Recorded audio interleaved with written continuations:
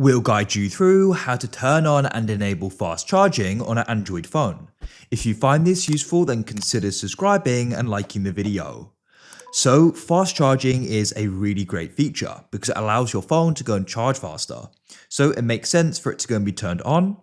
Of course, for this to go and work, you also do need to be using a cable and an adapter, which is going to go and work with. But of course, you need to have the setting turned on as well. So to go about this, we are going to guide you through some different ways in case you struggle to go and find the setting as well. So don't worry, just make sure it's this full guide and don't skip ahead. So you can go and swipe up like this and you find the option for settings. You can always press search at the top and go and type in settings. Now what you want to do is go and scroll down and we can go and find the option for battery and we can go and tap there. Then in battery, what you want to do is go and scroll down and find the option for charging settings. And as you can see, there is fast charging.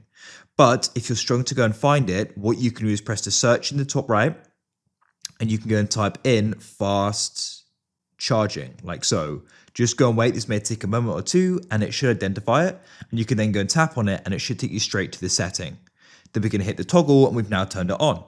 If you found this useful, then consider subscribing and liking the video. I look forward to help you again in the future with another guide. Have a great day.